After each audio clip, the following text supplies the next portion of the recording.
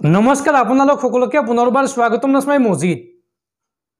বন্ধুসকল বলকতা চাওক আজি 9টা গুৰুত্বপূৰ্ণ খবৰ প্ৰথমটো খবৰ 4 দিনৰ ভিতৰত অসম দখল কৰিব বাংলাদেশে হাজু হৈছে 5000 বাংলাদেশী সেনা এই সন্দৰ্ভত প্ৰধানমন্ত্ৰী নৰেন্দ্ৰ মোদী আৰু কেন্দ্ৰীয় গৃহমন্ত্ৰী অমিত শাহক মুকলিকৈ ভাবুকি বাংলাদেশৰ অৱসৰপ্ৰাপ্ত সেনা বিষয়াৰ পৰৱৰ্তী খবৰ ৰাজ্যবাসীলৈ জৰুৰী খবৰ ৰাজ্যৰ লাখ লাখ লোকৰ বেংক একাউণ্টত জমা হৈছে চৰকাৰী ধন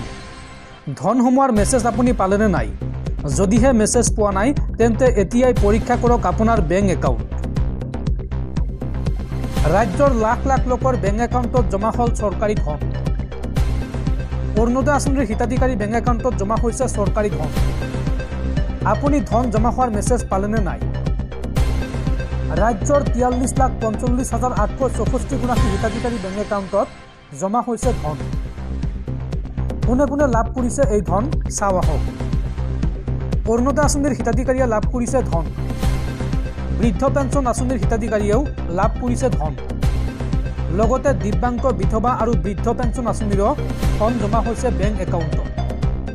যদিহে আপুনি মেছেজ পোৱা নাই তেন্তে এতিয়াই পৰীক্ষা কৰক আপোনাৰ বেংক একাউণ্ট পৰৱৰ্তী খবৰ ৰাজ্যৰ লাখ লাখ শিক্ষাৰ্থীলৈ সুখবৰ 11 ডিচেম্বৰত প্ৰদান কৰা হ'ব আনন্দৰাম বৰুৱা বঁটা আৰু ডক্টৰ বাণীকান্ত কাকতি বঁটা মুখ্যমন্ত্ৰী ডক্টৰ হিমন্ত বিশ্ব শৰ্মাই আনুষ্ঠানিকভাৱে প্ৰদান কৰিব এই বঁটাসমূহ ৰাজ্যৰ লাখ লাখ শিক্ষাৰ্থীলৈ সুখবৰ 11 ডিচেম্বৰৰ পৰা প্ৰদান কৰা হ'ব আনন্দৰাম বৰুৱা বঁটা HSLCত 75% বা ততোধিক নম্বৰপ্ৰাপ্ত শিক্ষাৰ্থীয়ে লাভ কৰিব এই বঁটা 12,500 টকাৰ জলপানী আছে এই আনন্দৰাম বৰুৱা বঁটা ৰাজ্যৰ মুঠ 26,969 গৰাকী শিক্ষাৰ্থীয়ে লাভ কৰিব এই বঁটা 3,37,00,000 টকা ব্যয় কৰিব ৰাজ্য চৰকাৰে এই বঁটাৰ বাবে মুখ্যমন্ত্ৰী ডক্টৰ হিমন্ত বিশ্ব শৰ্মাই আনুষ্ঠানিকভাৱে প্ৰদান কৰিব এই বঁটা আৰু লগতে 11 ডিচেম্বৰতে প্ৰদান কৰা হ'ব ডক্টৰ বাণীকান্ত কাকতি বঁটা হায়াৰ সেকেন্ডাৰী চূড়ান্ত পৰীক্ষাত উত্তীৰ্ণ শিক্ষাৰ্থীয়ে লাভ কৰিব স্কুটি এই বঁটাৰ অধীনত হায়াৰ সেকেন্ডাৰী পৰীক্ষাত 60% নম্বৰ পোৱা শিক্ষাৰ্থীয়ে লাভ কৰিব স্কুটি ৰাজ্যৰ মুঠ 48,623 গৰাকী শিক্ষাৰ্থীক আগবঢ়োৱা হ'ব ডক্টৰ বাণীকান্ত কাকতি বঁটা দৰ্শকসকল আৰু বহুতো গুৰুত্বপূৰ্ণ খবৰ আছে তাৰ আগতে আপোনাক জনাও যে যদি আপুনি এতিয়ালৈকে এইটো ভিডিঅ'ত লাইক কৰা নাই তেন্তে এতিয়াই ভিডিঅ'টোত লাইক কৰি দিয়ক আৰু এনেকুৱা ধৰণৰ ভিডিঅ'সমূহ নিতৌ চাবলৈ চেনেলটো সাবস্ক্ৰাইব কৰি কাষত থকা বেল আইকনটো প্ৰেছ কৰি ৰাখক পৰৱৰ্তী খবৰ অসম দখলৰ দিবাস্বপ্ন ত্যাগ কৰক বাংলাদেশী জামাতীয়ে অসমৰ ভূমি সদায় অসমৰে হয় বাংলাদেশৰ নহয় বাংলাদেশী জামাতীলৈ এইবাৰ কঠোৰ সকিয়নি সৌদ অসম সংখ্যালঘু ছাত্ৰ সন্থা চমুকৈ আমচুৰ অসমৰ ভূমি সদায় অসমৰে হয় ই কেতিয়াও বাংলাদেশৰ নহয় বাংলাদেশী জামাতীয়ে অসম দখল কৰাৰ দিবাস্বপ্ন দেখিছে বাংলাদেশী জামাতীলৈ এইবাৰ কঠোৰ সকিয়নি আমচুৰ এই ধৰণৰ দিবাস্বপ্ন বাংলাদেশী জামাতীয়ে পৰিত্যাগ কৰক বাংলাদেশী জামাতীৰ এই ধৰণৰ দিবাস্বপ্ন কেতিয়াও বাস্তৱ নহয় দিবাস্বপ্ন দেখা বাংলাদেশী জামাতীক হুংকাৰ আমচু নেতা আইনুদ্দিন আহমেদে লগতে কয় যে বাংলাদেশত আজি সংখ্যালঘু লোকসকল নিৰাপত্তাহীনতাত ভুগি আছে অসম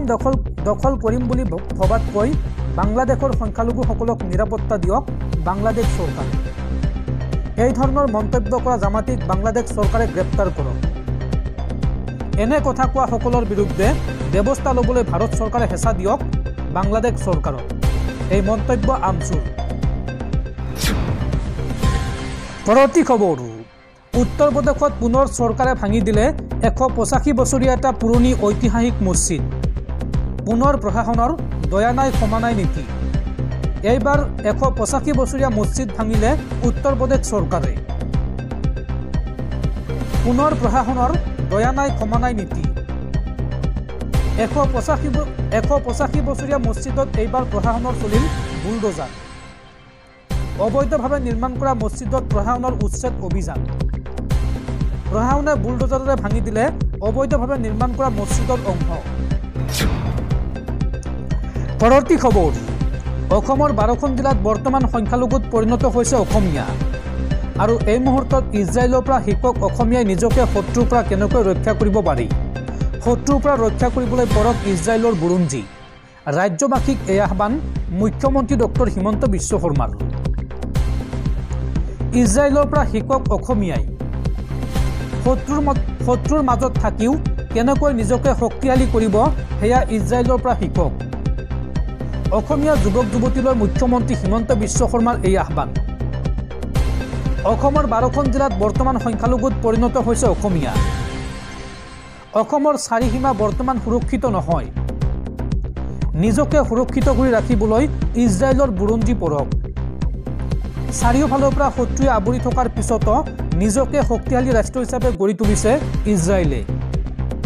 ইজৰাইলে প্ৰযুক্তি বিজ্ঞান আৰু পৰিশ্ৰমৰ জৰিয়তে নিজকে অবৈধ জাতিলৈ ৰূপান্তৰিত কৰিছে ইজৰাইলৰ ৰাষ্ট্ৰ গঠন প্ৰক্ৰিয়াই আমাক সাহস দিব শক্তি দিব নিজকে সাহসী কৰিবলৈ অপৰাজিত হ'বলৈ ইজৰাইলৰ পৰা শিকিব লাগে এই মন্তব্য মুখ্যমন্ত্ৰী হিমন্ত বিশ্ব শৰ্মাৰ পৰৱৰ্তী খবৰ ৰাজ্যসভাৰ অধ্যক্ষ তথা দেশৰ উপৰাষ্ট্ৰপতি জগদীপ ধনখৰৰ বিৰুদ্ধে বিৰোধী আনিব অনাস্থা প্ৰস্তাৱ সংখ্যাগতভাৱে এয়া সম্ভৱ নহলেও বিৰোধীৰ এক স্পষ্ট ৰাজনৈতিক ইংগিত দিয়াৰ চেষ্টা জগদীপ ধনখৰৰ বিৰুদ্ধে পক্ষপাতমূলক আচৰণৰ অভিযোগ তুলি আহিছে বিৰোধীয়ে যাৰ বাবে এইবাৰ অনাস্থাৰ প্ৰস্তাৱ আনিব বিৰোধীয়ে পৰৱৰ্তী খবৰ ৰাজ্যবাসীলৈ ভাল খবৰ শীঘ্ৰে অসমৰ জনতাই লাভ কৰিব 24 ঘণ্টাই বিদ্যুৎ নতুনকৈ শক্তি বিভাগৰ দায়িত্ব লৈয়েই বৃহৎ ঘোষণা শক্তিমন্ত্ৰী প্ৰশান্ত ফুকনৰ মন্তব্য ৰুটি কাপড়া और মকান 24 ঘণ্টায় বিজুলী যোগান শক্তি বিভাগৰ দায়িত্ব লৈয়ে এই ঘোষণা নতুন শক্তিমন্ত্ৰী প্ৰশান্ত ফুকনৰ পৰৱৰ্তী খবৰ অসমৰ হিজবুল মুজাহিদিনৰ সদস্যক যাৱজ্জীৱন কাৰাদণ্ড এনআইএৰ আদালতে যাৱজ্জীৱন কাৰাদণ্ড বিহিলে কমৰুদ জামানৰ ঘৰ অসমৰ হোজাইত লক্ষ্ণৌৰ এনআইএৰ বিশেষ আদালতৰ যাৱজ্জীৱন কাৰাদণ্ডৰ ৰায়দান উল্লেখযোগ্য যে উত্তৰ প্ৰদেশ আৰু দেশৰ বিভিন্ন প্ৰান্তত হিজবুল মুজাহিদিনৰ হৈ কাম কৰি আহিছিল এইগৰাকী কমৰুদ জামানে পৰৱৰ্তী খবৰ মাটি কিনা বেচাক লৈ ৰাজ্যবাসীলৈ বিশেষ আহ্বান মুখ্যমন্ত্ৰী হিমন্ত বিশ্ব শৰ্মাই এই সন্দৰ্ভত কয় যে টকা বেছিকৈ দিলেও অচিনাক্ত লোকক মাটি বিক্ৰী নকৰিব অসমীয়াই এই মন্তব্য হিমন্ত বিশ্ব শৰ্মাৰ যিমান টকা দিলেও অচিনাক্ত লোকক মাটি বিক্ৰী নকৰিব এটকা বেছি দিলেও অচিনাক্ত লোকক মাটি বিক্ৰী নকৰিব অসমৰ অৰ্থনীতি গ্ৰাস কৰিছে অচিনাক্ত লোকৰ হাতৰ পৰা অসম ভূমি ৰক্ষাৰ আহ্বান মুখ্যমন্ত্ৰীৰ যি জাতিৰ ঘৰৰ দুৱাৰখনত অচিনাক্ত লোকে আহি কাম কৰে তেনে জাতি বেছি দিন জীয়াই নাথাকে এই মন্তব্য হিমন্ত বিশ্ব শৰ্মাৰ পৰৱৰ্তী খবৰ দেশৰ লাখ লাখ ইছলামধৰ্মী লোকলৈ ভাল খবৰ 2025 চনত ভাৰতৰ পৰা 1,75,000 লোক যাব পাৰিব হজলৈ সংসদত হজযাত্ৰা সন্দৰ্ভত অনুমোদন চৰকাৰৰ প্ৰতি বছৰে ভাৰতৰ পৰা বৃহৎ সংখ্যক তীৰ্থযাত্ৰী সৌদি আৰৱলৈ গৈ হজ কৰে চৰকাৰে ৰাজ্যসভাত জনোৱা মতে সৌদি আৰৱে 2025 চনৰ বাবে 1,75,025 গৰাকী ভাৰতীয় তীৰ্থযাত্ৰীৰ হজ কোঠা নিৰ্ধাৰণ কৰিছে যিটো কোঠা ভাৰতৰ হজ কমিটি আৰু হজ গ্ৰুপ অৰ্গানাইজাৰ চমুকৈ HGOৰ মাজত বিতৰণ কৰা হৈছে সংখ্যালঘু পৰিক্ৰমা মন্ত্ৰী কিৰেণ ৰিজিজুৱে এই সন্দৰ্ভত ৰাজ্যসভাত এক প্ৰশ্নৰ লিখিত উত্তৰত এই তথ্য প্ৰদান কৰে তেওঁ কয় যে 2025 চনৰ কোঠা ভাৰতৰ হজ কমিটি আৰু HGOৰ মাজত 70.30 অনুপাতত ভাগ কৰা হ'ব